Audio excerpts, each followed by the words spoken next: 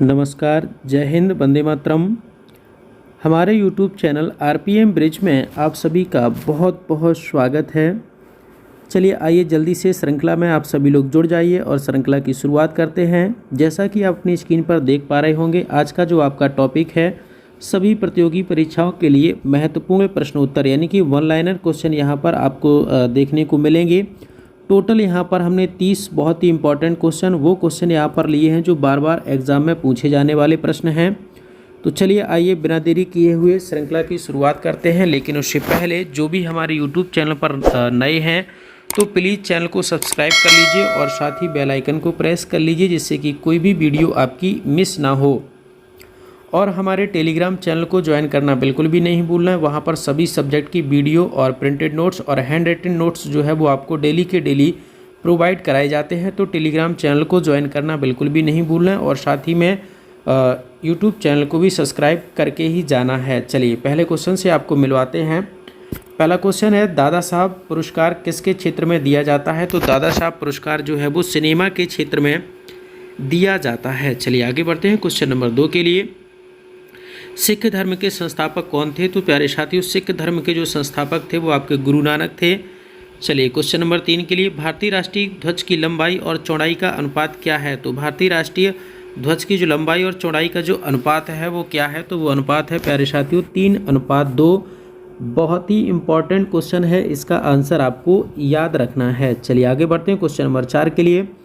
स्थानीय शासन की सबसे निचली इकाई कौन सी होती है? तो स्थानीय शासन की सबसे निचली इकाई जो होती है वो ग्राम पंचायत होती है। आगे बढ़ते हैं क्वेश्चन नंबर 5 के लिए।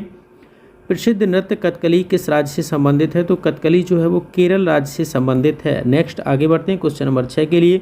गोल गुंबज है, बहुत ही इंपॉर्टेंट क्वेश्चन, बेहद इंपॉर्टेंट क्वेश्चन, एग्जाम का फेवरेट क्वेश्चन है कि गोल गुंबज कहाँ पर स्थित है? तो वो बीजापुर में स्थित है। चलिए आगे बढ़ते हैं क्वेश्चन नंबर 7 के लिए। लघुगणक तालिकाओं का आविष्कार किसने किया था? तो लघुगणक तालिकाओं का जो आविष्कार है वो जॉन नेपियर के द्वारा किया गया था। तो क्वेश्चन नंबर 7 के लिए राइट आंसर हो जाएगा जॉन नेपियर। आगे बढ़ते हैं 8 के लिए। किस अंग के खराब होने से पीलिया होता है? तो लीवर के खराब होने से साथियों जो है वो पीलिया की शिकायत हो जाती है। आगे बढ़ते हैं क्वेश्चन नंबर 9 के लिए। भारत का पहला परमाणु ऊर्जा केंद्र कहाँ स्थापित किया गया था? तो वो स्थापित किया गया था तारापुर, महाराष्ट्र में। आगे बढ़ते हैं क्वेश्चन नंबर 10 के लिए। भारतीय संविधान में कितने मौलिक अधिकारों का उल्लेख किया गया है? तो मौलिक अधिकारों का जो उल्लेख किया गया है वो टोटल कितने हैं? तो वो 6 हैं। किस अनुच्छेद को निलंबित नहीं किया जा सकता है आपातकालीन के दौरान भी? तो निलंबित नहीं होने वाला जो अनुच्छेद है वो आपका कौन सा है? अनुच्छेद 20 और 21। तो आपको याद रखना है, बहुत ही बेहद इंपॉर्टेंट क्वेश्चन है ये। आगे क्वेश्चन नंबर 12 की तरफ चलते हैं। भारत का पहला वायसराय कौन था? तो भारत का पहला जो वायसराय था वो कौन था? Lord Canning. वाइस बनने के लिए न्यूनतम आयु कितनी होनी चाहिए? तो वाइस बनने के लिए भारत के राष्ट्रपति की जो न्यूनतम आयु है वो न्यूनतम आयु जो है वो कितनी होनी चाहिए? तो वो होनी चाहिए 35 वर्ष। क्वेश्चन नंबर 14, नीति आयोग का गठन किसके स्थान पर किया गया है? तो नीति आयोग का गठन जो किया गया है वो योजना आयोग के स्थान पर किया गया है। क्वेश्चन नंबर 15, भारत में रिट कितने प्रकार की होती हैं? तो भारत में जो टोटल रिट हैं वो आपकी 5 प्रकार की रिटें होती हैं। भारतीय संविधान में कितने मौलिक कर्तव्यों का उल्लेख किया गया है? तो भारतीय संविधान में टोटल जो मौलिक कर्तव्यों का उल्लेख किया गया है वो टोटल कितने हैं? 11। चलिए आगे बढ़ते हैं क्वेश्चन नंबर 17 के लिए। भारतीय संविधान में चुनाव की पद्धति राष्ट्रपति को किस देश से लिया गया है? तो आपको बताना है। तो जो आपकी चुनाव पद्धति है वो आपकी आयरलैंड से ली गई है। तो आपको याद रखना है, बेहद इंपॉर्टेंट क्वेश्चन है। राष्ट्रपति की शपथ कौन दिलाता है? तो राष्ट्रपति को जो शपथ दिलाता है वो कौन? भारत के मुख्य न्यायाधीश जो हैं वो राष्ट्रपति को शपथ दिलाते हैं। भारतीय संविधान के किस अनुच्छेद में राष्ट्रीय आपातकाल के लिए प्रावधान है? तो राष्ट्रीय आपातकाल के लिए जो प्रावधान है वो आपका अनुच्छेद 352 में है। आगे बढ़ते हैं क्वेश्चन नंबर 20 के लिए। उच्च सदन यानी कि राज्यसभा के कितने सदस्य हैं भारत के राष्ट्रपति द्वारा मनोनीत किया जाता है? यानी कि उच्च सदन राज्यसभा में कितने सदस्यों को भारत के राष्ट्रपति के द्वारा मनोनीत किया जाता है? तो मनोनीत होने वाले सदस्यों की जो संख्या रहती है वो कितनी?